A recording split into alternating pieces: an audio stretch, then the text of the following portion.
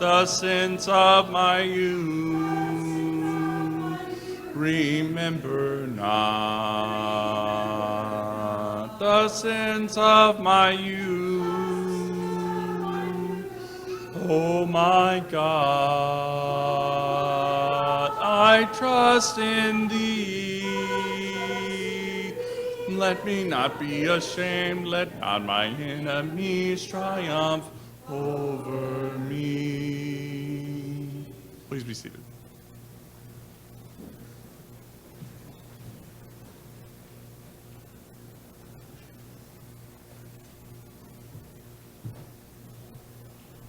To start off, I want you to look at this question.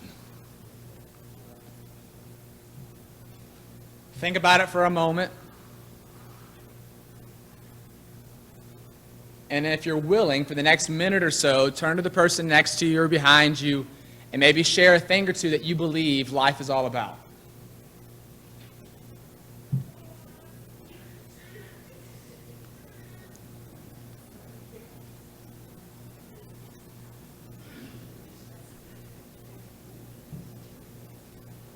You got like 30 more seconds, so just keep talking. It's all right. I mean, if I can see your eyes, you're looking the wrong way. Like, just turn.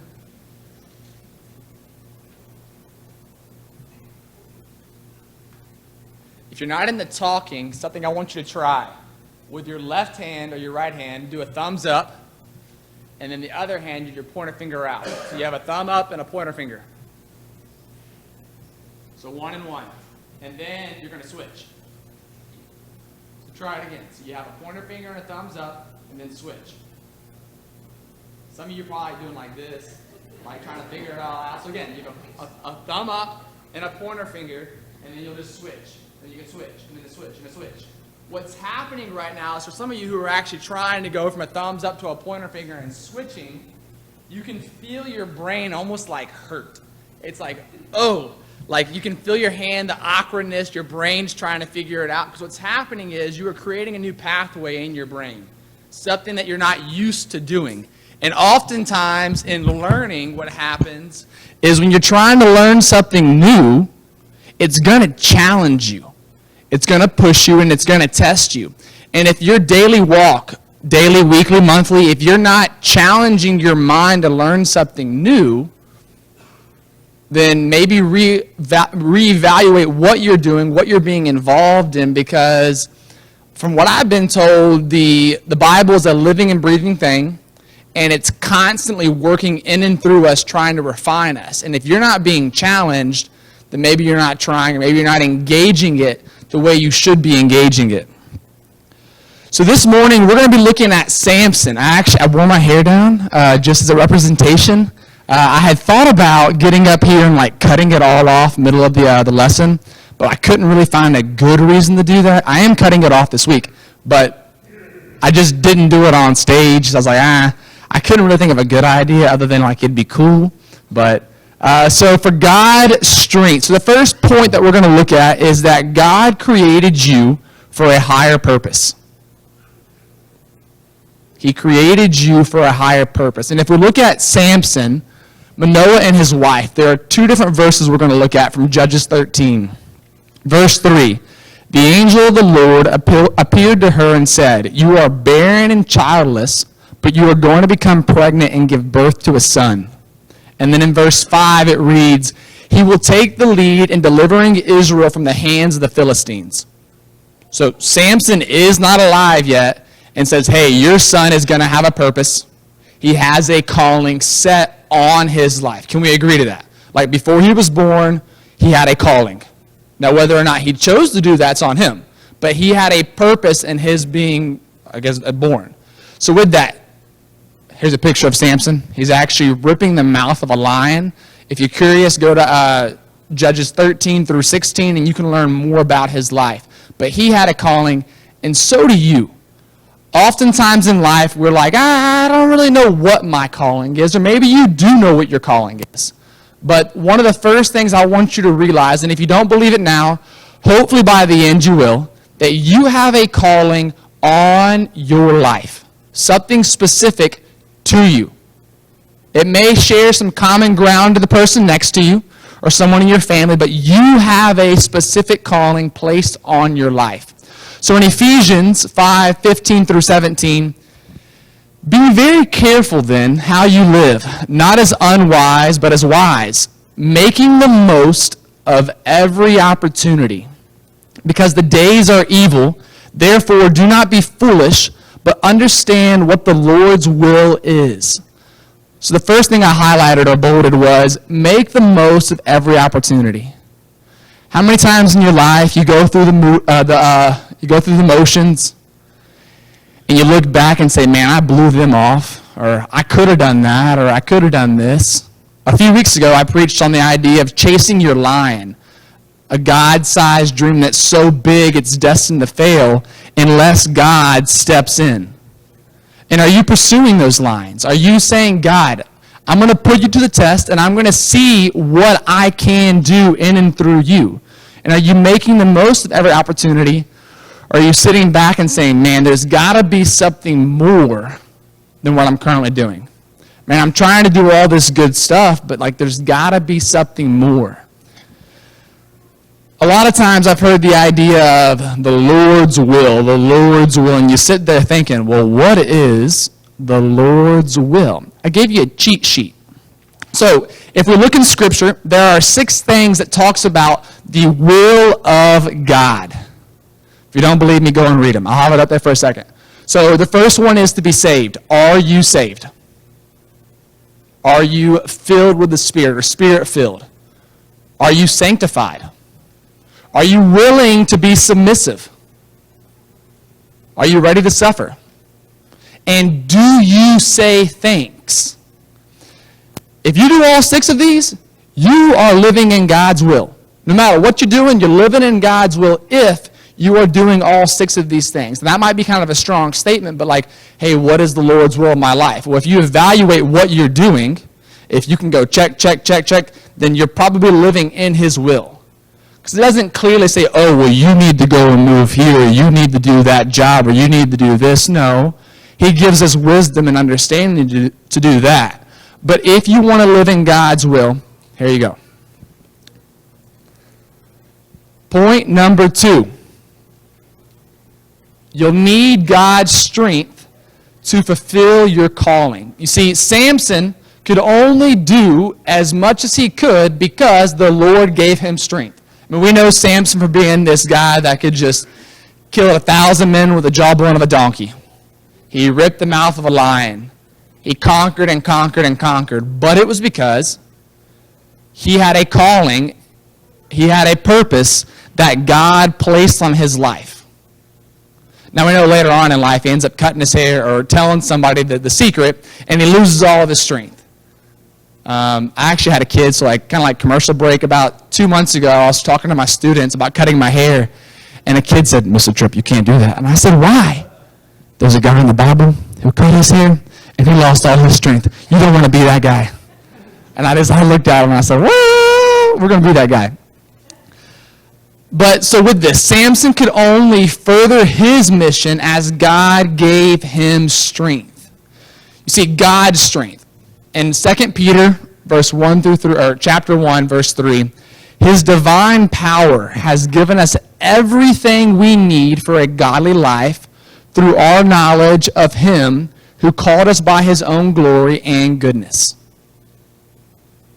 God is good, and God is good enough. He is more than enough, and He has given us what we need. I mean, a lot of times we want. We may not get everything we want, but we're definitely going to get what we need. There's this idea that, temptation. There is always a way. A way to get in, a way to give in, and a way to get out. There's always going to be a way, and He supplies us with that. Or in Philippians, we've heard this one. I can do all things through Him who gives me strength. It's not so much about Samson having the strength, but do you have the strength to overcome, to endure, to persevere, to push through, to be quiet and listen, to be the loving arm, the shoulder to cry on? He has given you the strength to do what he's called you to do. But your calling, it's not just going to your 9 to 5. It's not just going to school. It's not just parenting. It's not just going to church. Those are all good things. But your calling isn't just that.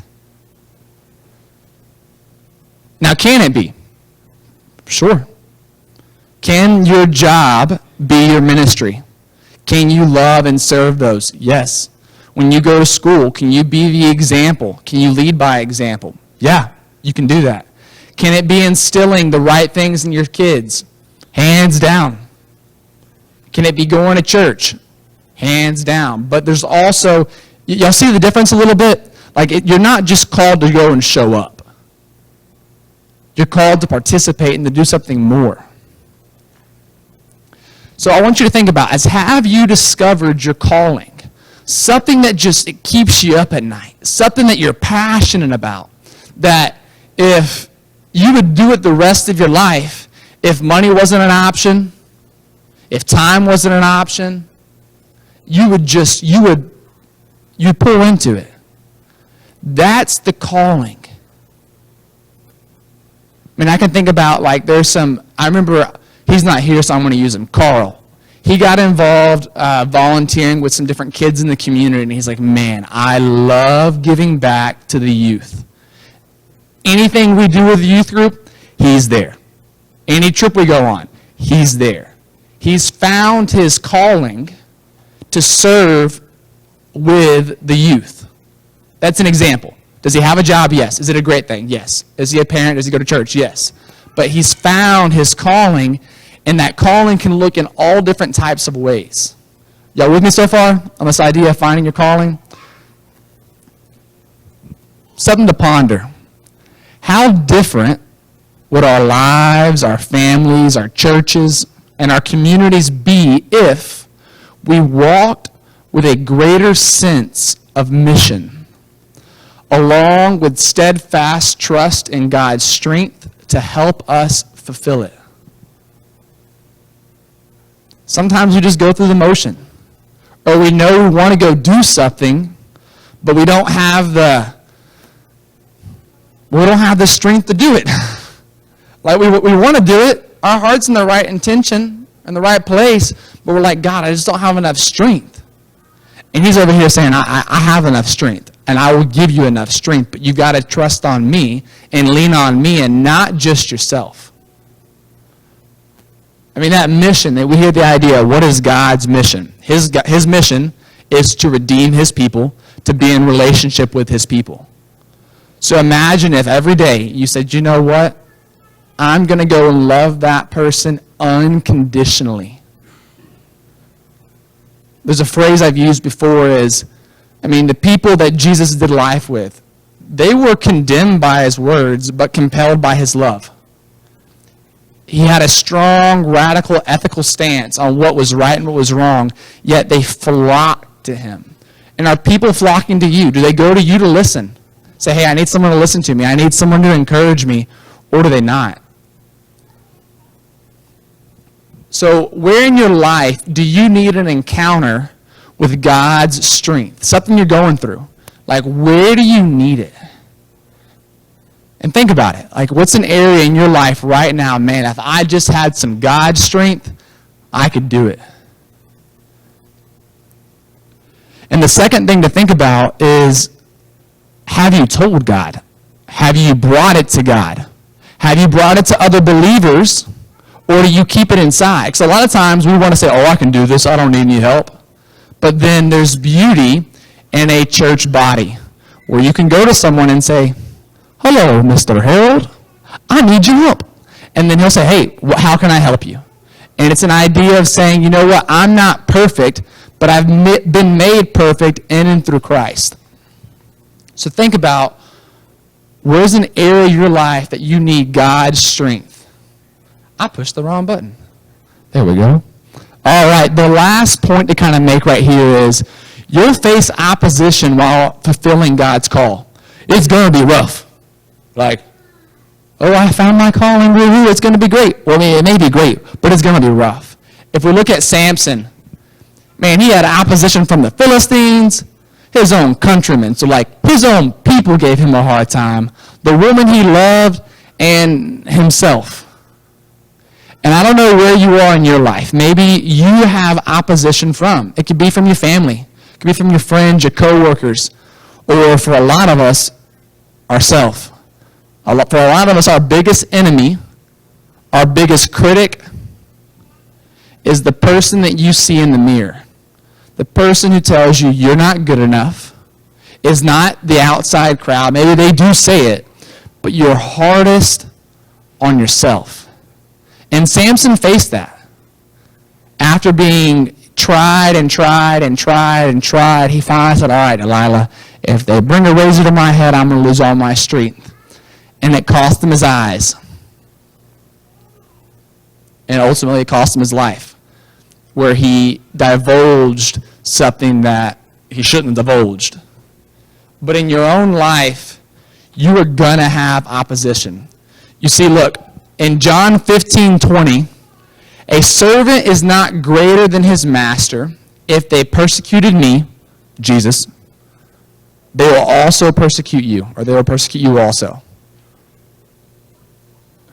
In other words, hey, Jason, they persecuted me. They're coming for you too, is what Jesus is getting at. Or in a chapter later, in this world you will have trouble. But, the beauty in but, right? But, take heart. I have overcome the world. Like, it's going to be hard, but I got you. It's going to be hard, but I've already won. Yeah, you're going to have the struggle, but there's victory in and through me. And oftentimes in life, when we go through struggle, man, like I was told that if I did this, it was going to be a good thing. And it gets hard. I'm done. Y'all ever like tried something new and then you wanted to give up? I mean, if we go back to like 10 minutes ago and we were doing a little fun thing, some of y'all are like, I ain't doing that anymore, I'm done. Like, you literally started giving up on doing something just like this. And so what I want to challenge you is when the going gets tough, how close to a victory could you be? Or if you look at people you know and you say they just finally just gave up, and you're like, man, you were so close. The victory is right there. You just got to hold on a little longer. You see, you will find victory if, here's an if. So we had the ifs and the buts, right? If you count on his strength to help you fulfill your calling. You've got to count on him. You've got to lean on him and rely on his wisdom and abiding presence to overcome obstacles. I mean, that is the simple truth. You will find victory if you rely on him. But if you don't rely on him, it's not going to happen. So look, the three main takeaways, the 3 points. 1, God created you for a higher purpose. I don't know what that is. You may not even know what it is. But think about what gets your blood going. What gets you excited? What do you care about? What do you say, you know what, I'd be willing to die for that. What's that passion? And that you're going to need God's strength to fulfill that passion, to fulfill that calling, that purpose. But also realize there's going to be opposition. And that's why we need God's strength. That's why we need each other.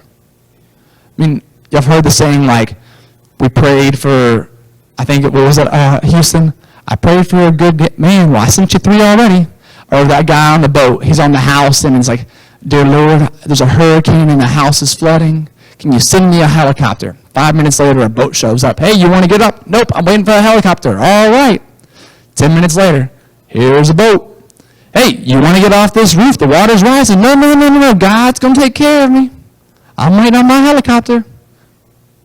And eventually the person doesn't make it because they were waiting on their helicopter. And God's like, I sent you 2 boats. How many times are you praying for something? Are you asking for something, but then you're not willing to listen to the ones around you? You're not willing to put God to the test. You're not willing to lean into it. or you get involved in learning something new, trying out a new passion, but I don't know how I'm going to afford it. I don't know how it's going to work. And God's like, and that's okay. You may not have to know, but I know, and I know that I'm going to take care of you. And so if you take anything away from the idea of Samson, Samson was born with a purpose on his life. And so were you. You were born with a purpose. With that purpose, he could only go into it with God.